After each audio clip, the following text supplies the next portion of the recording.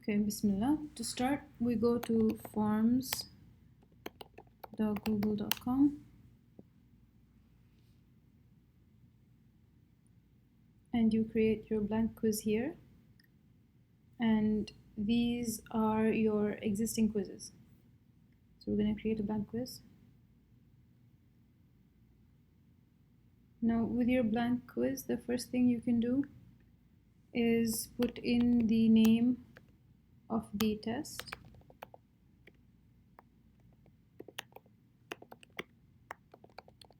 Let's say the read chapter test.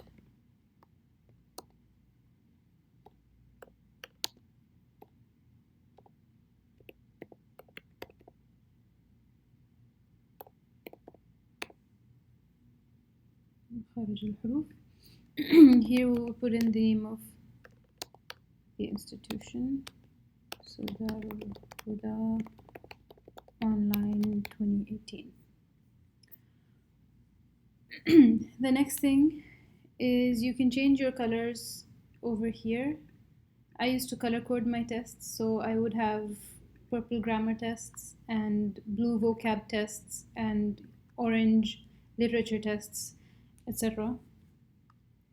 And you can change the font style as well, and you can choose a header. And for me, like, we had a header, an official school header, which was this.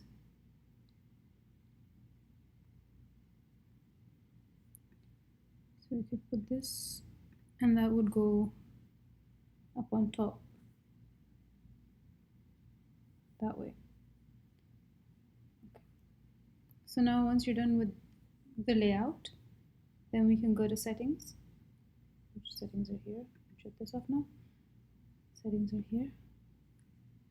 And now this is the forms collect email addresses so that they can send the students their responses, like the answer paper as answered by them. So we can check that. And you have the option of if they ask for it or they get it by default, and I would choose default. So they could, as soon as the test finishes, they can check their answers against the textbook, for example. And you limit to one response if you don't want them to come back and change their answers, or to be able to sign in again and do the test again. So if it's like if they give in the question paper, that's it. That's the only time they get to answer, which is more like a test, like the regular tests that we give them. So we can click on this. Now, edit after submit is if you want them to be able to come back and change their answer if they think of another answer after they submit, then you can click on this, but I wouldn't. See summary charts, we could do this because this was nice for them in that as soon as they answer and submit the test, they can see what percentage of the class answered with this answer, which percent of the class chose this answer. So they can see if most of the class is getting it wrong or most of it is getting it right. And now we go to presentation. These are kind of useless for us right now. The confirmation message, we can, like, this is after they submit the test. We can write something like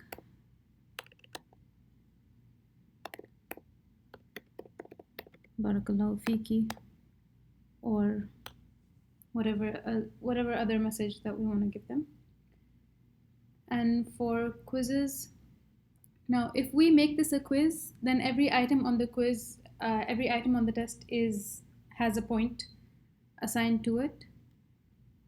Now they can either get the grades immediately after they submit the test, which is useful if the test is auto-graded, which means it's all multiple choice or all one-word answers where there's only one answer and they can't get any others.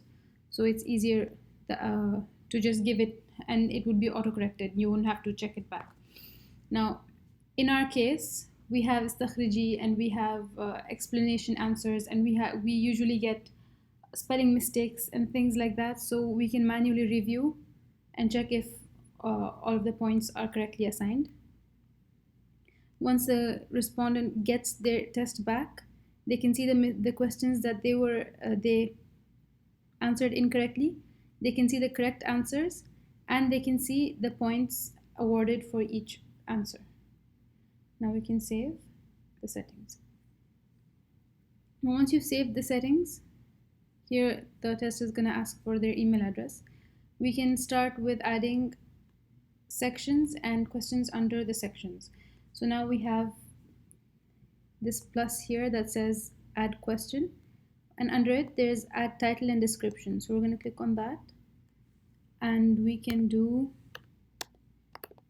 an استخرجي.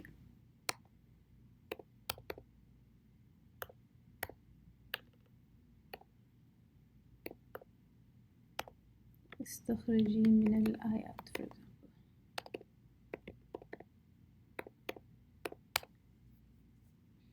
Okay. Now, for us to put in ayat, we can't get the font that we need.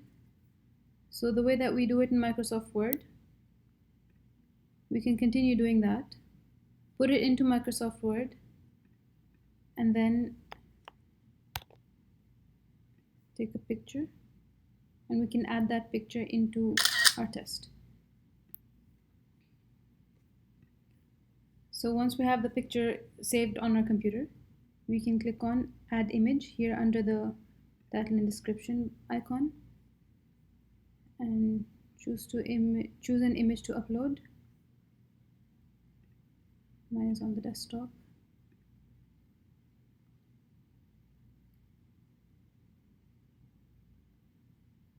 So once we have it, it appears under the title. And once we have that, we can click on the question underneath. Now I'm just going to add a question from the same question paper.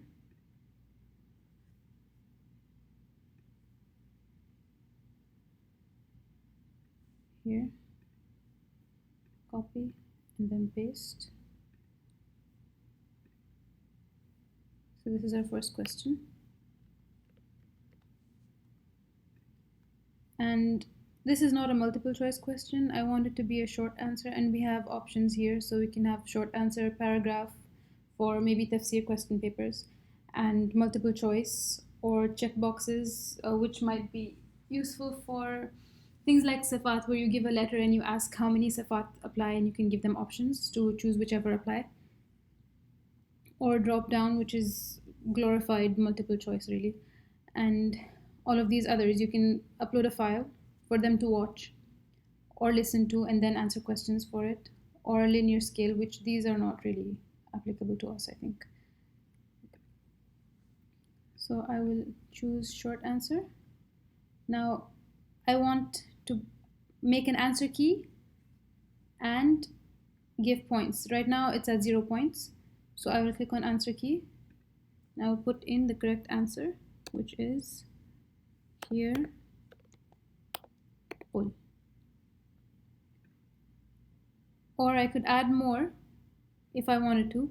For example, if there was a kul in these ayat, then we could have added another answer or any number of answers. Now we can award 1 point for the correct answer and go back here. So now we have the correct answers listed and 1 point for each. Now we can add either another question, which would look like this. You start all over again, or you can add a title and description in the for another section of questions. So we'll add another title. Let's say multiple choice right now. So I will do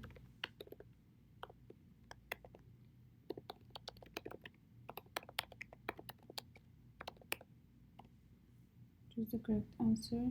We'll add another question.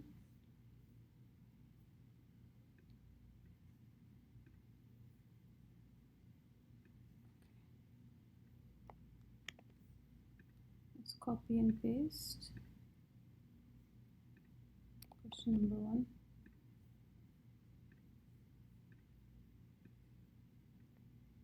We'll copy this one.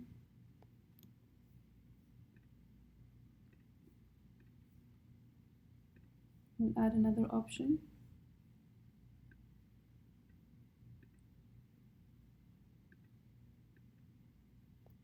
Copy and then paste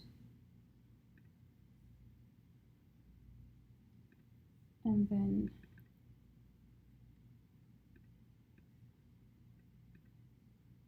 copy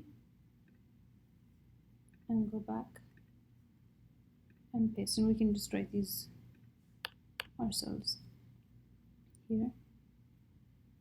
Now once I'm done making my question, I want to go and select the correct answer. Approximate articulation point is applied to mud letters, and I will check that the points awarded are what I want them to be, and I'll go back.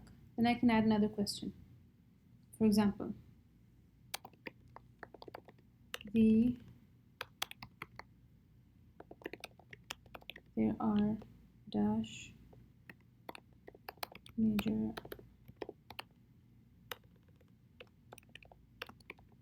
areas of articulation in the mouth. So we can put in 5 or 7 or 17. So then again, I will go into my answer keys. I will click, oh, I didn't add the correct one here.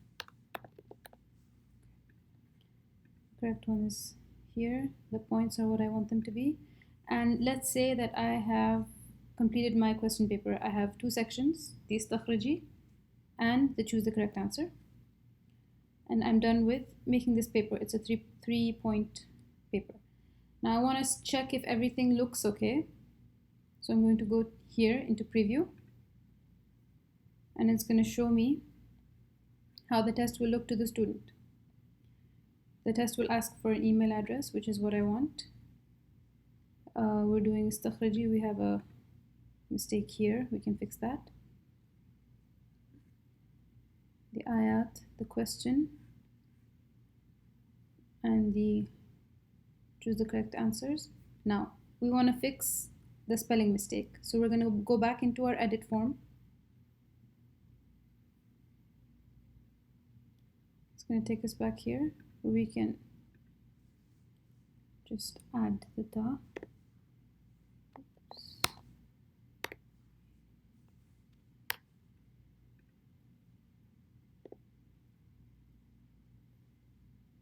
Okay. So now I'm done editing my paper. I want to send it, so I'll click here and send it to whoever the email addresses that the students give me.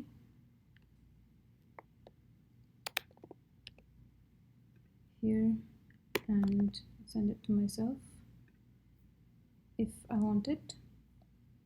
Here is the message that they're gonna get when they open their email.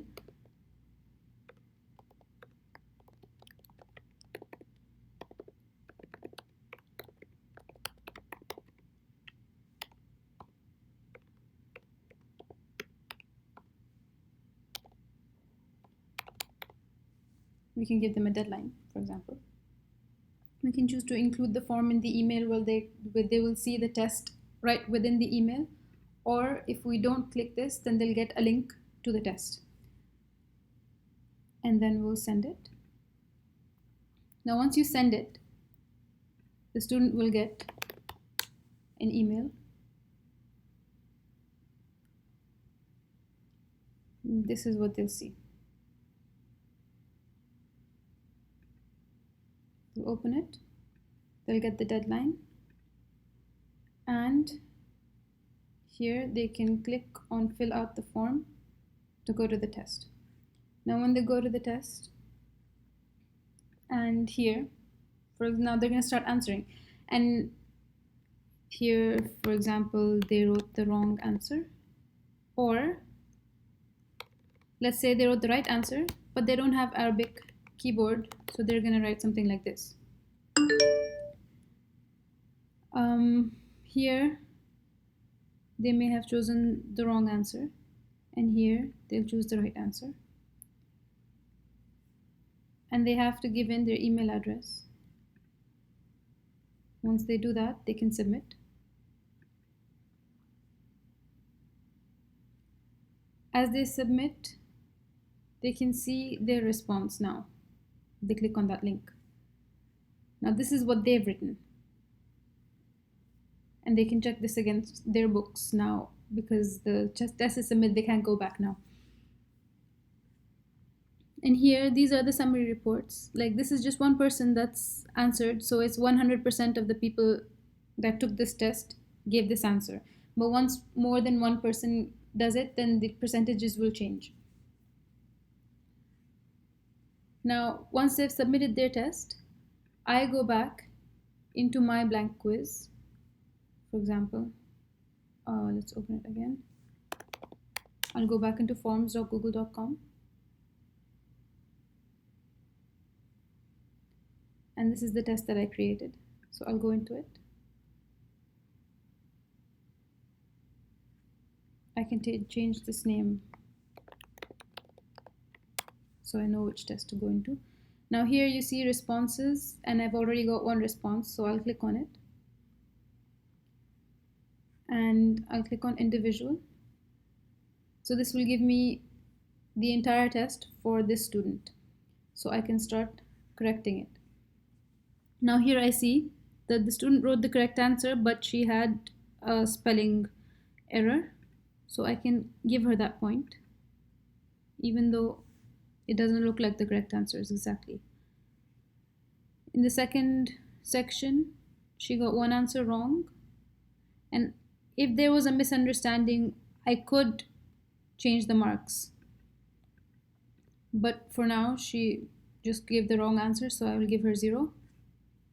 And here, she got the right answer and was automatically awarded the point. So I'll just check that. And then once you're done checking the entire paper, you click on save. And then the form tells me the score has not been released. So the student hasn't received their score yet. So I can click on release score, click on the student that I want to give the test back to, and send emails and release. Now once that's done, the student will again get an email here. And she'll see her score up front, and she can go in depth and look at her answers if she clicks on the view link. Here she'll see that she had a spelling mistake, but she was awarded the point. Here she got the wrong answer, and she can see the correct answer here. And the correct answer here has been awarded the right amount of points. Now all of this is saved in our question paper. Like we have the questions and we have the responses that go with them together. Now for each question, then you will have summary reports as well, like we said.